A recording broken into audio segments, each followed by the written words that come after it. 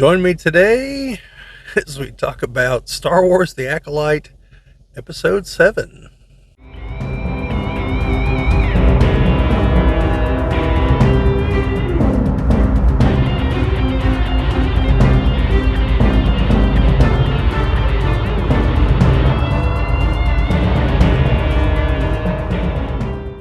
This is the Geek Ball channel. My name's Bob, and today we are talking about the penultimate episode of Star Wars The Acolyte, Episode 7.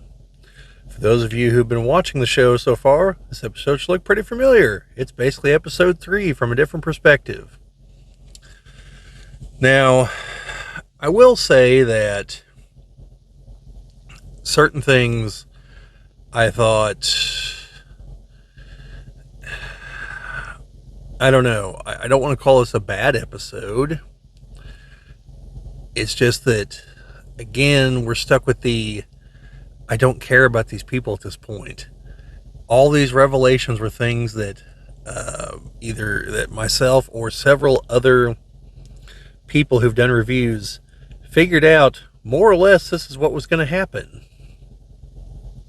And the fact they figured these things out, like, after episode 3 is a problem, because we've basically just been twiddling our thumbs until we hit this point. And so now we are left with a half an hour approximately, assuming the last episode isn't longer than normal, which it could be. We basically have a half hour to somehow resolve everything with Smilo Ren, with who else we got left? Squid Game, the twins. Everyone else is dead, so yeah, or doesn't matter. So we have a half hour approximately to resolve all of that, because I don't think there's going to be a season 2. So yeah, it's not good. So anyway, this episode is a flashback to the events of episode 3 from the Jedi perspective, and I've seen a lot of other reviews at this point, because I'm a little late in getting mine recorded here. And I've noticed that they all seem to go with the idea that this paints the Jedi in a bad light. And I don't know, to me, it seems like the witches were 100% responsible for what happened. Like, the Jedi did a few things that were kind of silly, all things considered. Because it starts off, they're there searching the planet for a vergence in the Force. Those of you who've seen The Phantom Menace, that term should sound familiar. Now there, they didn't really go into what that meant, but the fact it was centered on Anakin was kind of a surprise. Here, they're saying that it's probably here on this planet, centered on a location, because this planet was decimated in some kind of hyperspace accident centuries ago, and there shouldn't be any life there. Yet, obviously there is.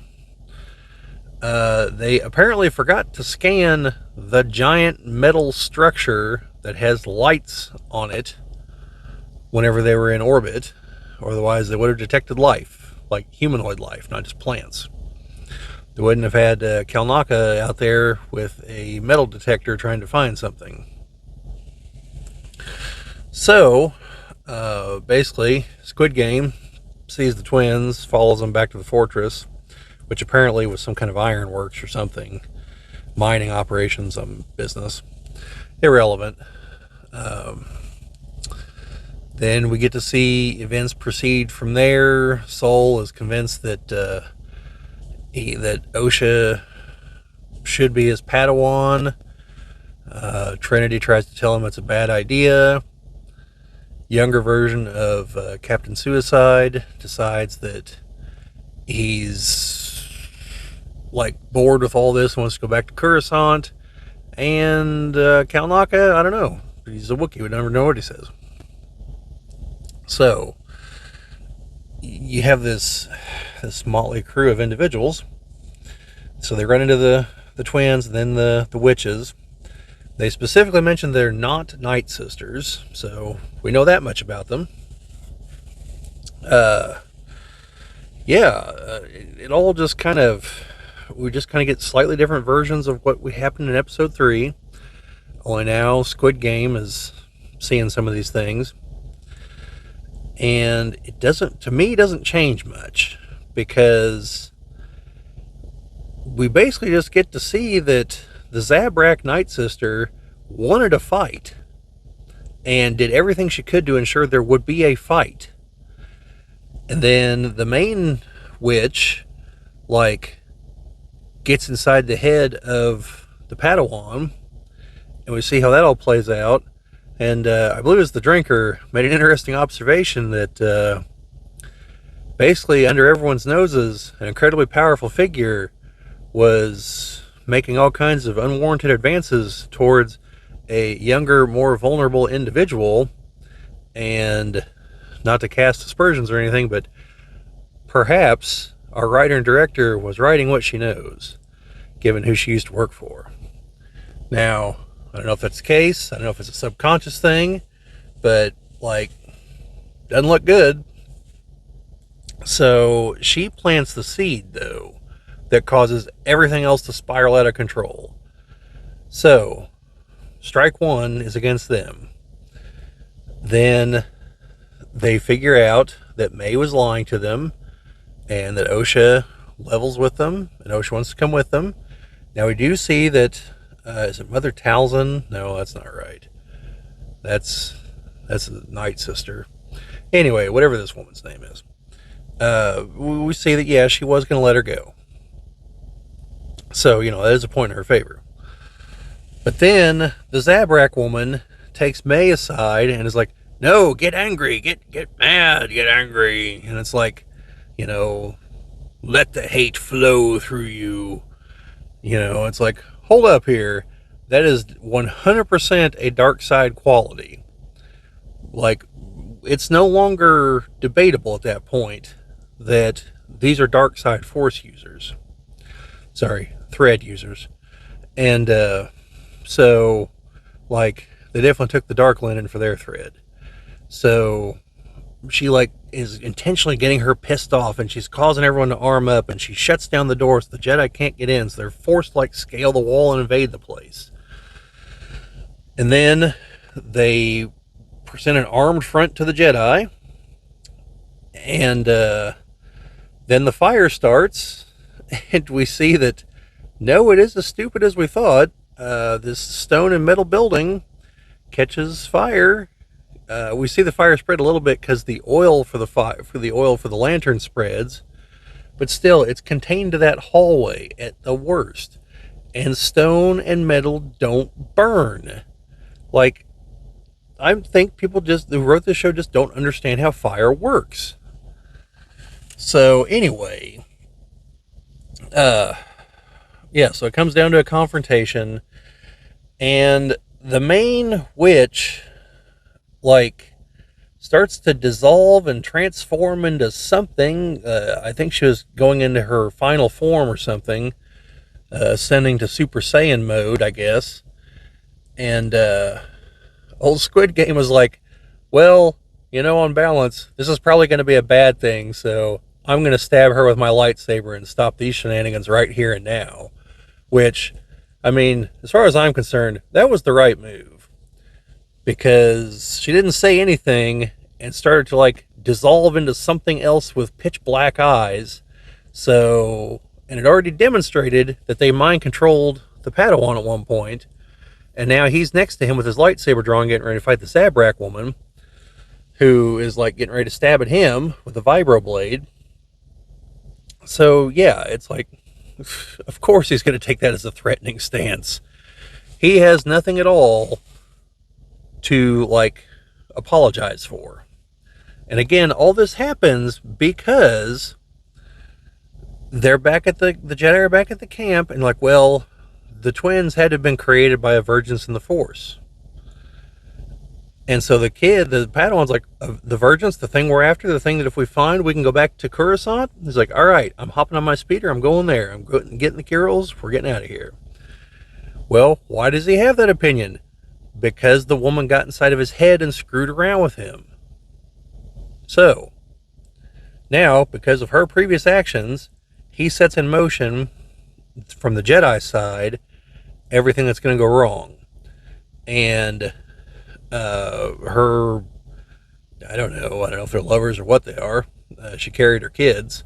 The Zabrak woman is like insanely hostile and sets everything in motion on their end. So all these things are all happening because of the actions of the witches. Like, the Jedi are not at fault here. I don't care what they're trying to make it look like. They're really not.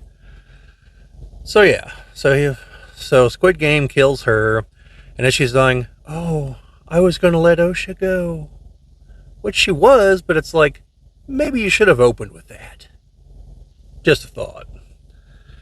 So yeah, then the Zabrak chick disappears, and then apparently all of the Night Sisters, like, by their powers combined, they become Captain Thread and take hold of Kalnaka mentally. And so then he starts fighting. So we get our lightsaber fight with the lightsaber wielding Wookiee that we were vaguely promised like 3 episodes ago, then got our hopes dashed whenever he just turned up dead. So now he's fighting against the 2 other Jedi, the Padawan and Squid Game.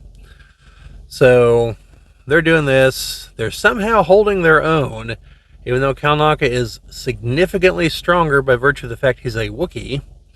This is how the Padawan got the scars. His face got all clawed up. So yeah. Then Trinity jumps in on the action and gets inside of his head somehow and unplugs the witches from the Matrix there, which just kind of kills all of them. So, like, once they're unplugged from the Wookiee, they just die. Like, whenever Cypher pulled the various people's plugs, they're in the Matrix. I'm assuming that they forgot which movie she was being filmed in here, and they went with the same logic. So, the fire didn't kill them. I guess super ultimately, technically, Trinity killed them. But I doubt she did it on purpose, and if she did do it on purpose, she probably should have taught the old mental death touch to some other people. It could have come in handy later on, like, fighting Sidious or Vader. Although Vader might have learned it, so then it could have been bad. But anyway, and they're like, well, we got to go save Osha and May. And then we see that Squid Game was like having to hold both bridges up. And it was like, well, I don't have the juice to hold both of them. I'm only got to hold one of them. Even though Yoda was very clear that size matters not. So if you can hold one, you can hold 2. But, nobody ever remembers that. And yeah, so he's like, well, I've got a bad choice to make here. Well, sorry, May, you're a psychopath and set the fire that killed some people here, so I'm not going to hold your bridge up. Oh, so May falls to her doom, and well, then Osha starts to fall anyway, so he saves her and pulls her up. And oh yeah, May also got to see Squid Game kill her mom. Like, forget the fact she was turning into some kind of smoke demon thing. Yeah, she got to see that. So yeah, now we know why May is like really pissed off at the Jedi, and why she's like, oh, why do you deal with them? Like, they killed Mom, and So yeah, then we get to all right, so what are we going to tell the council? And that's where Trinity's like, well, we're going to tell them the truth. May set a fire that killed everybody. So they're going to lie. A bunch of Force users are going to lie to a bunch of other Force users. And most of these Force users feel guilty, as evidenced by the fact that the one guy intentionally drank poison out of guilt. So, and Squid Game clearly has some weird emotional issues going on. So the council should have been able to see through all this, but they didn't. So anyway, that's about where the episode leaves off. Then we get into an incredibly non-Star Wars song over the end credits. I'm assuming it's sung by the woman who plays Osha and May, because she's apparently an artist, or at the very least she released a song dissing the fans like a couple episodes ago. That was a pretty slick move. I'm sure Disney really appreciates that one. So anyway, it's not that there were bad intentions here in this episode. I see what they were going for. It's just this reveal should have been, you almost should have just skipped this stupid reveal baloney and just combined episodes 3 and 4 so that we know what happened, and now we're just dealing with the fallout, because the mystery just didn't work. Everyone figured out this. This is basically what's going to happen. Like, they might not have hit all the notes right in their guess, but generally speaking, they got the karaoke version of the song right. And it's just not good, because at this point, no one cares, and there's one episode left. This is the story of the show so far. Like some of the parts aren't bad if they were rearranged and a different focus was given to it. If we didn't have these stupid mysteries and things going nowhere, because it forces characters to do stupid things like not tell people things that are critical, that they clearly know are critical. We're like, I'll tell you later. I don't know, wash my Jedi robe or something. Catch some laser ball on the tube or something. I'll tell you the important stuff later. Yeah, we could all die. Like, this is space travel. Theoretically, it should be dangerous. And we are hunting down a Sith Lord. Like, any one of these things could kill us. But I'm not going to tell you what I need to tell you, just because the time's not right. We're not deep enough into the series yet. So, yeah, it's not that the episode's bad, but it's not good either. It's too late in the series for something like this. No one's invested in these characters to care. And it was a stupid idea to try to pull this off. This is like whenever I have grand ideas for storytelling, and I get partway into it, except I hit the wall of realizing I don't have the capacity to pull off this idea. I have an idea, but I need someone that's a far better writer than myself to execute it properly. These people didn't have that constraint. They thought they were that person, and they're not. The people around them are not. In fact, I don't know who there is. Whoever wrote Andor, they know what they're doing. But, I just don't know what to say at this point. I mean, there's one episode left. I'm hoping it's not just utter trash. Like, things have been on an uptick. Parts of this series haven't been terrible. And if certain things were rearranged, a different focus was given to certain things, and tens of millions of dollars didn't obviously go to either embezzling or cocaine or something other than actually producing this show, because there's no way on earth this show cost $180 million to produce.